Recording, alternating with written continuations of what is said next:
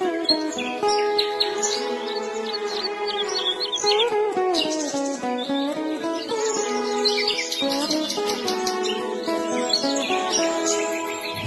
आमची प्रार्थना, हेच आमचे मागणी.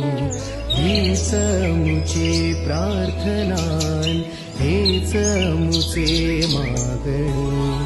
माणसाने माणसाशी माणसा समभागणे.